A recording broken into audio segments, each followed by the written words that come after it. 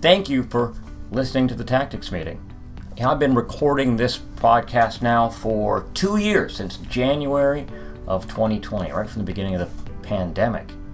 And we've now got a lot of listeners.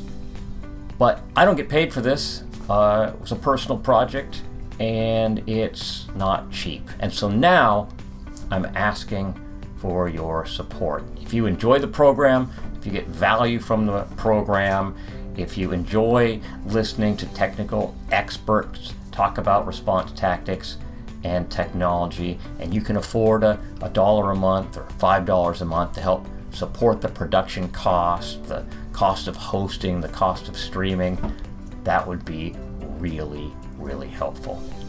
I've set up a Patreon page that you can go to at thetacticsmeeting.online. Click on the link and you can set up your donation.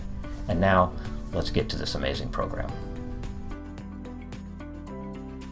Today's episode is brought to you in part by Portage-based Solutions, who bring you their Easy 213RR app. Some of you might have seen it at Clean Pacific last year. We've used it at a number of tabletop exercises at the end of 2022. It's all online, makes it really easy to get credit for the resource ordering process. So if you got drills coming up this year and you want to nail down that part of your credit checklist, head on over to Portage-based Solutions and check out the Easy 213RR app. And I thank John Newhoff and his team for their support. Welcome to the Tactics Meeting.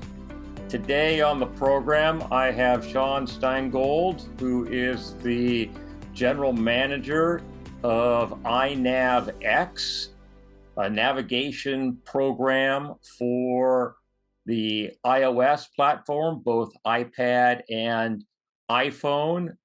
I've used the program since it's originally showed up as a Mac application called Mac ENC, and today use it as one of the technology tools to support oil spill response. And I'm really excited to have you on the program, Sean, to talk about your application. Dan, thank you very much. Just appreciate this opportunity. And, we always love talking about iNavX, and especially you being a real customer and user of iNavX. We're going to have a fun conversation talking about your experience. And I want to be able to share with you and the listeners a lot more about iNavX, what we do and why we do it.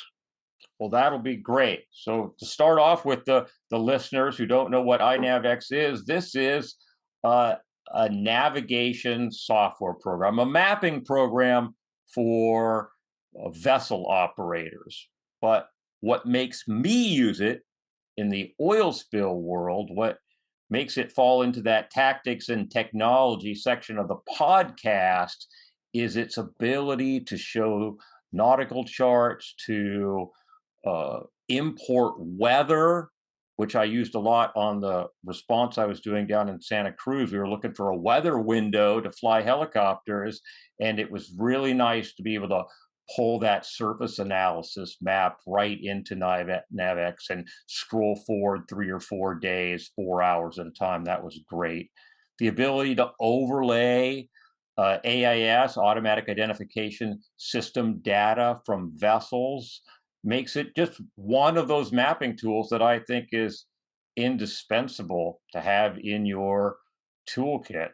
So, Sean, how long have you worked with iNavX, and can you give us a little history of the program, how it came about? Yeah, absolutely. You started off talking about what is iNavX. So the way we describe it kind of layman terms is we are Google Maps for the water. Well, I like that. And we're a navigation application that is mobile-based, so for iPhone, iPad, and Android. So we're on Android phones and tablets as well.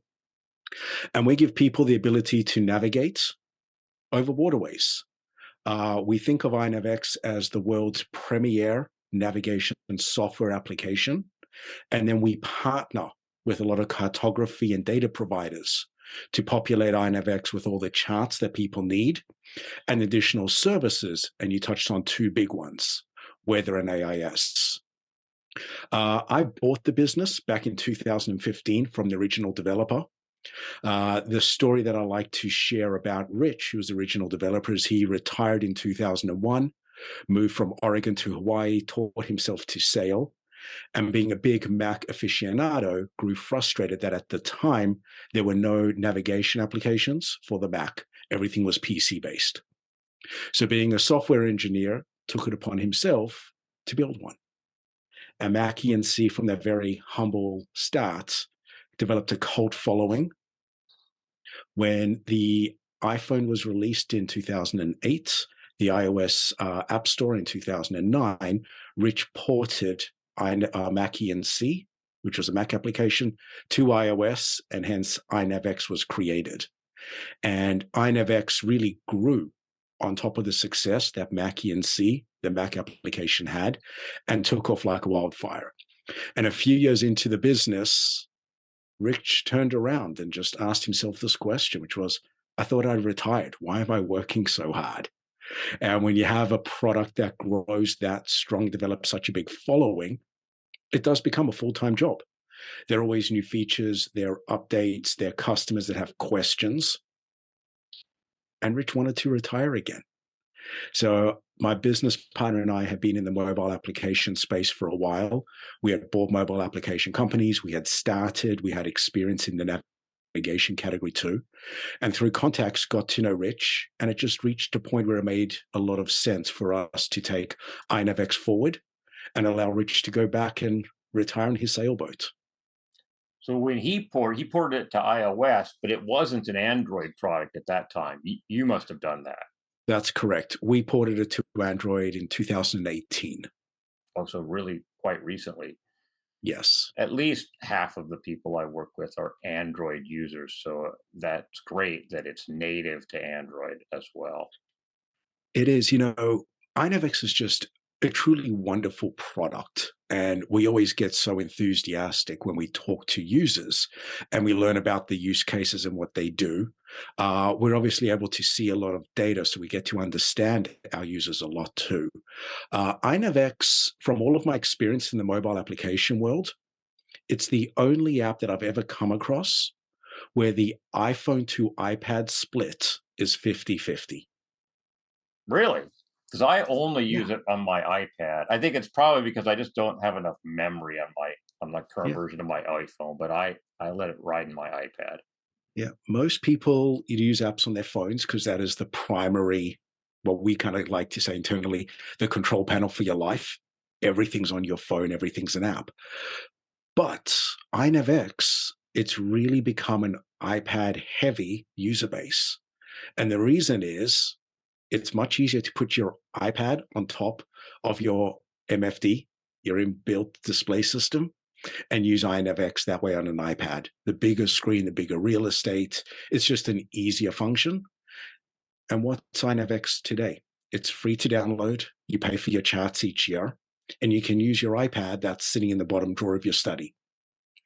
So the use case and the cost benefit is so compelling because if I was to walk into, say, a West Marine store today and buy any reasonably priced Raymarine system, I'm in for four figures, five maybe, depending on my setup.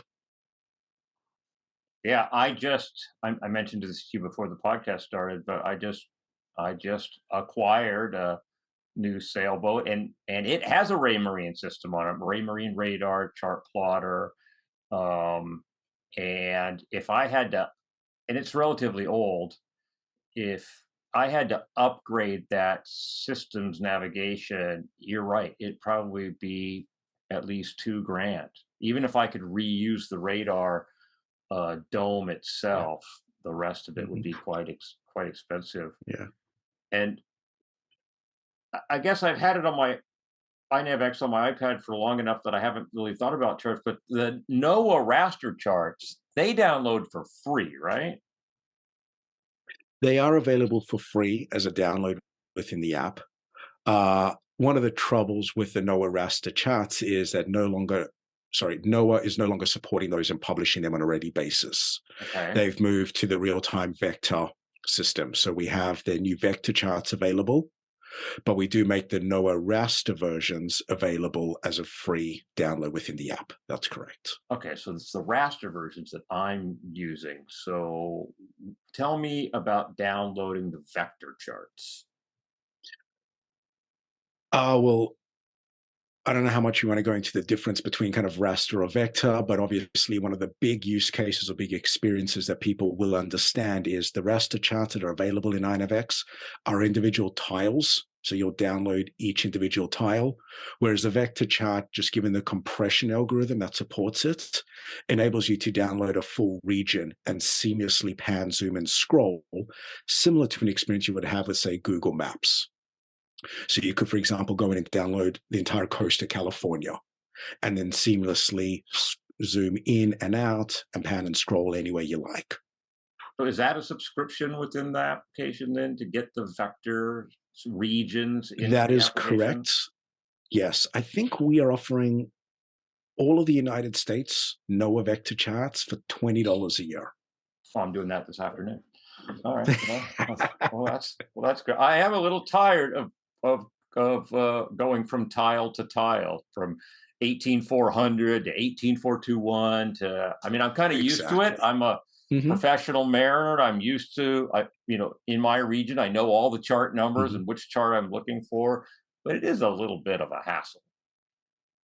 It is. Outside of the NOAA raster charts, all the charts available within iNavX today are vector to enable to support that very seamless pinch, scroll, pan, zoom, that kind of gesture based navigation that everybody is familiar with. But you also get a better quality product and charts because of the compression algorithm and the additional detail available in the vector charts. What kind of editing is available within the application? I know I can add waypoints, but is there any kind of markup that you can do within the application? I haven't seen it, so that's why I'm asking. Yeah, you touched on really the key action right there, which is a waypoint. So, what is a waypoint? It's a marker on a chart. Now, what you want to do with that waypoint is entirely up to you. You can use it for navigation and lock into your lat long and hold it as a waypoint and incorporate it into a broader route. So that's very easy. I personally use a fun feature that we have within iNavX, which is the ability to edit waypoint markers. So if you open iNavX, you drop a waypoint and you hit edit, it'll pull up all the details with that waypoint, right? Such as the lat long, you can add in notes. And then there's a little button there that shows you the icon. Now we default it, I think, to like a yellow pin drop, but we have close to 100 different icons within the database there. So you can go in and you can pull it up and you can have a martini glass. You can have an Okay. image of a tuna fish. When I was racing in San Francisco Bay, I would have all of the racing icons. So the actual visual cue, so of the orange tetrahedron for the first waypoint, I can recreate that exact icon in iNavX. So now my visual cue when I look at iNavX for the charts, and when I look up in the horizon, I'm looking at the same marker. Oh, that's great. So this will be down a little bit of a rat hole, but I used to race in San Francisco Bay. When I was in the Coast Fantastic. Guard, I raced a Ranger 26 out of Presidio Yacht Club Mhm. every weekend that my ship was in port, which was only about 4 months out of the year. But whenever I was in town, I I was racing, and so I love racing San Yeah. Francisco Bay. Yeah, I was a member of the St. Francis Yacht Club, still am, and we would race Friday night out of the Golden Gate Yacht Club, which was the host of the America's Cup when that was in town. And they had a wonderful Friday night beer can or bucket race. And we would always bring friends and guests who were in town out to race with us, but we had to do a little bit of a briefing. And I think you know where I'm going with this.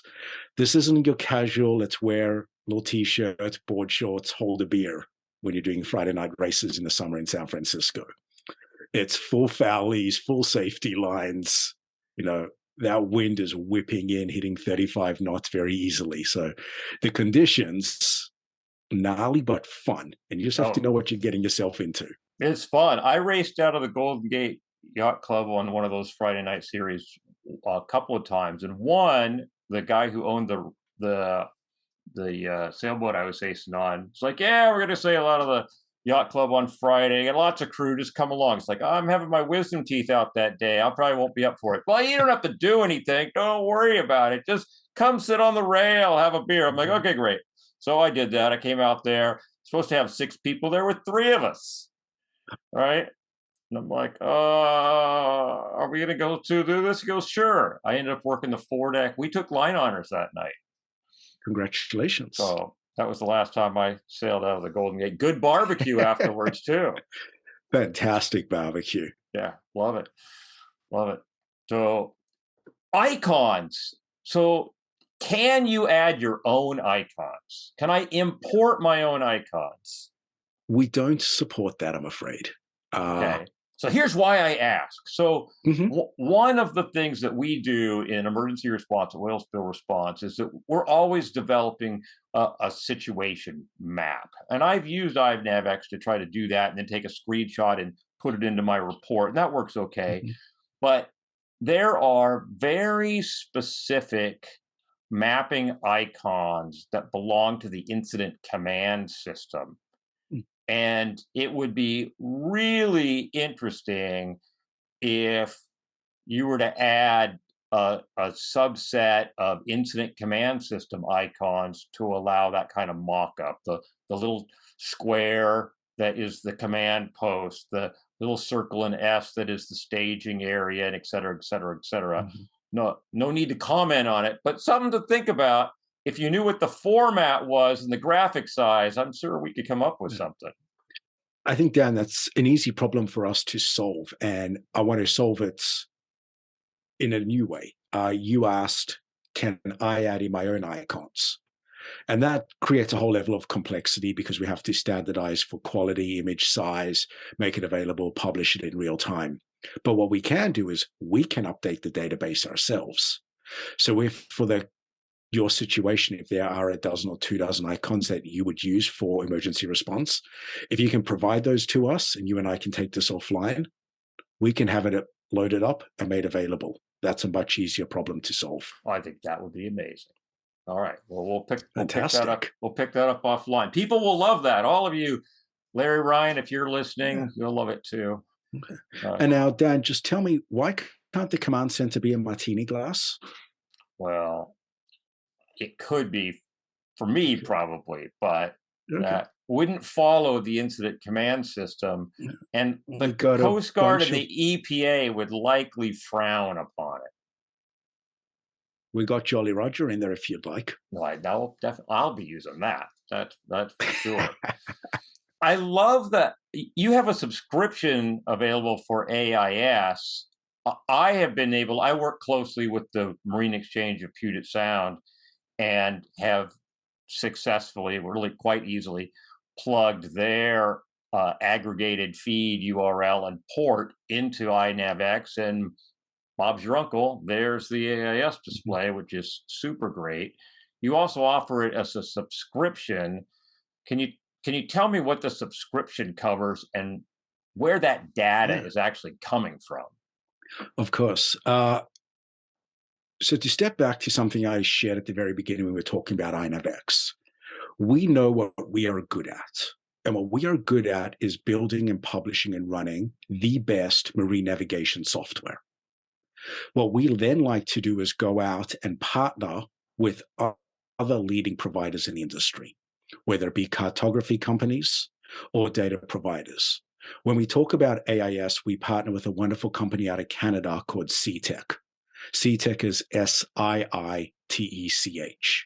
And they have built over the past, well over a decade now, basically a network around the world of AIS transponders and receivers. And they've created this mesh network, which we then tap into and provide access to through iNavX. And so with the subscription, you basically get access to their AIS live system. It does require a data connection because you have to tap into that real-time feed that's provided over an internet protocol. But once you can then drop any waypoint or any location anywhere in the world, and you'll be able to pull up everything that's published on the AIS network. Oh, that's really cool. So yeah, AIS. I've been working on some AIS and a little AIS viewer of my own, and it's complicated. It's really complicated. It is complicated. I mean, I can go into so many of the problems that CTEC has had to work through, but one of which is amalgamating a bunch of these different networks that are already out there and then expanding it with their own coverage. And really, what that entails, because we've had people reach out to us saying, like, I don't have coverage for AIS in my bay, harbor, river, wherever it is. So the solution is CTEC will actually send you a kit that all you'd have to do, it's about the size of a shoebox, plug it in to electricity, to a power outlet, and to a Wi-Fi feed or a network. And then it'll just continually expand it basically like a mesh network. Okay, so they give you the hardware for free. You provide the antenna location, hopefully with good Correct. line of sight, and power and internet connection, and then that bit of the feed gets added to the mesh network, and then you you've now expanded the coverage. So now Correct. you're part of the family, so to speak. Yes, exactly right. So And that you talk about family, and I love that analogy because that's really what it is. You giving other people the ability to see into the AIS network around that location. Whereas at the same time, you're probably dialing in and wanting to get that visibility in another location, and that's being enabled by somebody else. So that is the way AIS Live works. Your example is a little different because we support AIS two ways. One is this AIS Live feed through CTEC. The other is just connecting iNavX directly into your vessel's instruments through a TCP/IP connection. And so what I'm doing is I'm taking the Marine Exchange of Puget Sound's aggregated feed. So like SeaTac, they have their own antennas up throughout the Puget Sound, coast of Washington, Columbia River, and are monitoring traffic in real time just in this region. And I'm plugging in that UDP connection into iNavX, and I see the whole region, and it works very, very well. Fantastic. Well, thank you So for sharing that. no, it's pretty slick. So weather, I've been using it for weather as well, and sure, I can go out to the National Weather Service and I can pull up the surface analysis charts and I can look at those, but it is nice to be able to overlay that surface analysis right on top of the area that I'm navigating through or that I'm planning to navigate through. Where do you, and I subscribed for a year to that here a couple weeks ago so that I could use it for a response that I'm on. Where is that feed coming Yeah. from? How do you get that data? So again, when we look at weather, we've approached it the same way we looked at AIS, sorry. We're approaching it two different ways. So one, for free within iNavX today, you can pull in your group files. So you can make your determination on location, type, download it, and then that will show as an overlay on any chart. And so that's your traditional group files. The second way we do it is through another annual subscription, and this is with a partnership we have in a company out of the UK called Fairweather. And they're one of the premier maritime weather providers, and they give us access to their weather data. And with a subscription to Fairweather, you can access worldwide weather forecasts, and different weather instruments, and it's shown as a visual overlay again on the charts. Yeah, that it's really nice. That was worth the subscription. As soon as that Yeah. as soon as that popped up, it's like, yeah, this is really good. What are the other I've just gotten back into the navigation side of it. I've been using the AIS, I've been using the weather. What about tides and currents? Tides and currents, we partner with a company called AirTides. It's another application, and we've established a protocol between the two apps. So you will need both applications, the AirTides application and the iNavX application, and then the data gets shared between the two. Are there any other features of iNavX that, uh, from you hearing my use cases, I might be interested in? Uh, I will say we've spent so much of our time as we've been building out iNavX really solving one big problem. And it's more than one problem, it's really two. There are always two use cases to solve. One is the recreational boater that's going to go out 2 to 3 times a year, wants essentially Google Maps for the water, and needs something that's very easy and convenient to open, understand, and use. Hey, where am I? What's the depth under my keel? I got to go from point A to point B. How do I do that? So that's use case number one. The second use case is somebody much more like you, a real maritime. Uh, I think about your use case. I remember in San Francisco, I was out at a restaurant one night, start talking to the guy next to me, ends up he's a ferry captain of one of the ferry vessels in San Francisco Bay. And he was telling me that he uses iNavX on his phone over their onboard systems. We have the port crew in Rio de Janeiro Harbor using iNavX. And so when you think about these professional use cases, iNavX needs to support the depth of features that they require.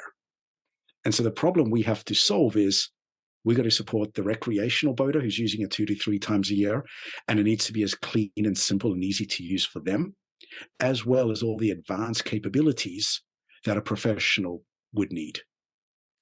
So it was a little bit of a detailed answer to a simple question, like what else is there in iNavX? The ability to drag and drop waypoints is fantastic.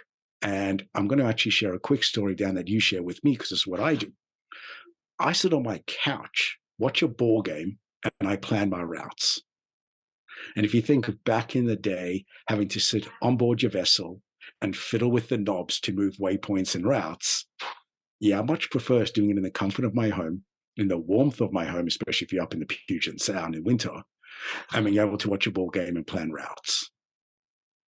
Well, I mean, back in the day, I remember the Furuno I had aboard the Yellowfin when I was sailing freight to Alaska, and to put in a waypoint, I literally had to go into the menu, select a number for the waypoint, then type a name with the horrible keypad that was available, and then punch in a longitude and a latitude, and then save it to a route.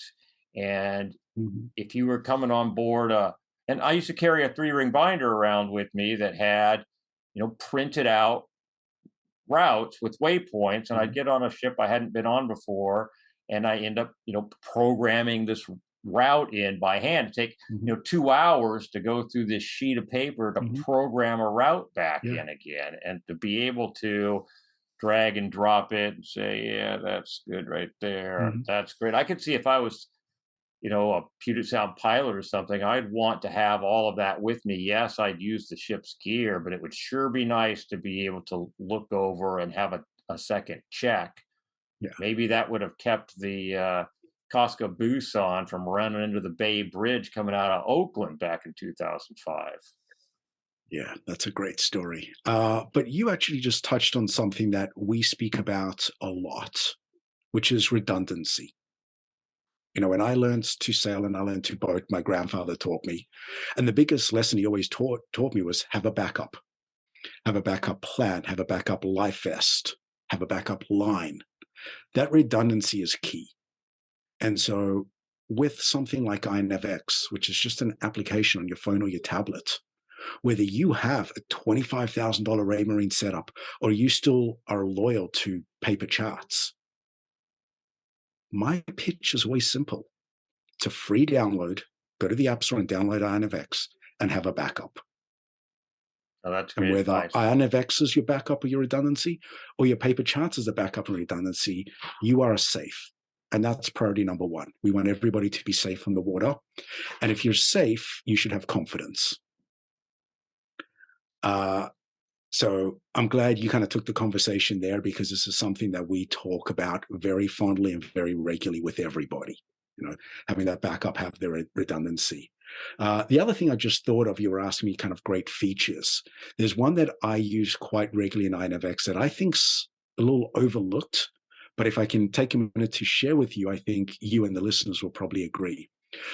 When we use things like iNavX and navigation devices, we have the ability to track our course. So it's great to set up waypoints and routes, but I also want to track where I'm going.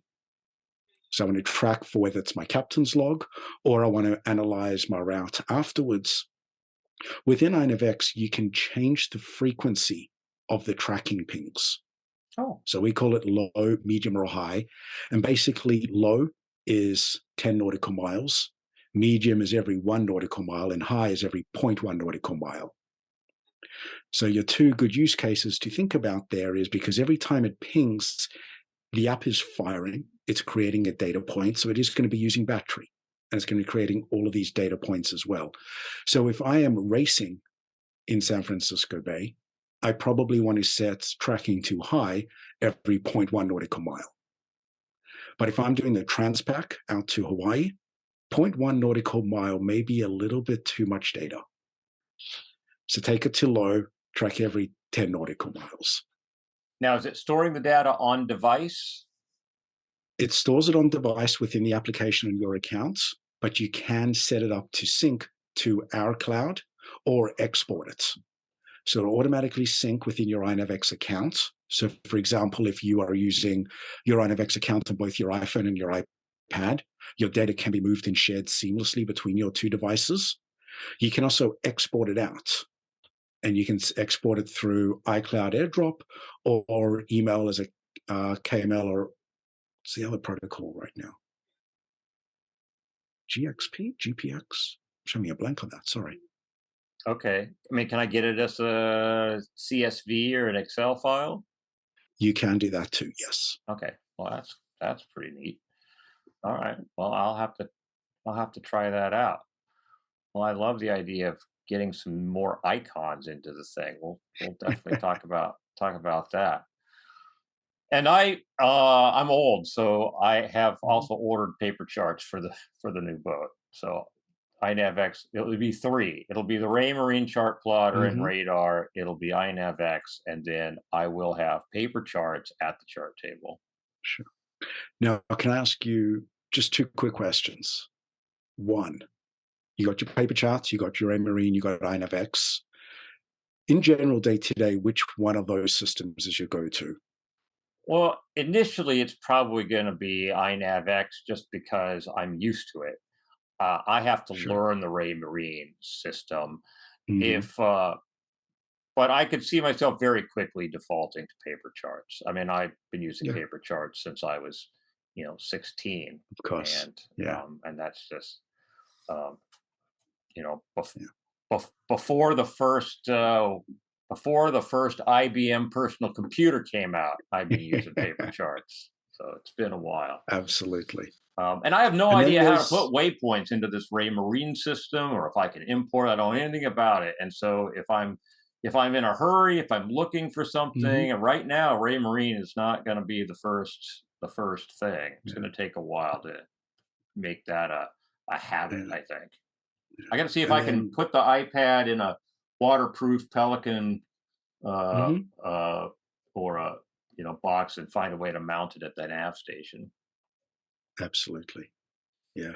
There is a great company called Mate, which creates mounting stations for iPads. So they're Oh, waterproof, and then they can mount to pretty much any type of surface. They've got a bunch of attachments. So no, that has been a very popular product to be used in partnership with an iPad and iNavX. So take a look at Mate. excellent. Well, before we Yeah. call it a day on this episode of the Tactics Meeting, Sean, can you think of any last thing that you would like the listeners to know? I think one, it's just been a wonderful pleasure to be on here with you and a wonderful opportunity to share our story with everybody. I think I'll, echo something I said before, which is we always want everybody to feel safe and have confidence on the water. That comes from knowing your systems, having backups and redundancies. And if iNavX can be a part of everybody's gear next time they step on board, that's something we, would encourage. There are many other marine navigation applications out there. So, whether it's iNavX, our good friends at Navionics have an app, CMAP have an app, there are a bunch of other independents as well. But we stand behind iNavX as the most complete and professional solution for mobile marine navigation. It also helps that we have, the broadest offering of charts. We spoke about the NOAA charts, so we got the raster and the vector. But don't forget that with iNavX, we have full global coverage of charts. So whether you're sailing in the Bahamas, Croatia, Indonesia, or Australia, iNavX is there and has a chart for you. Well, I'll need the Canadian charts too for the Gulf Islands, so I think we'll be getting that subscription as well. We can help you with that. Awesome. Yes. Sean Steingold from iNavX, thank you so much for taking the time to talk to us. Dan, it's been my absolute pleasure. Thank you. I hope you enjoyed this episode of the Tactics Meeting. If you'd like to be on the program, or if you have an idea for the program that you'd like to pitch, you can email me. The address is podcast@thetacticsmeeting.online. If you need help with drill design or execution, or just want to talk about ICS, you can call me. The phone number is 206-495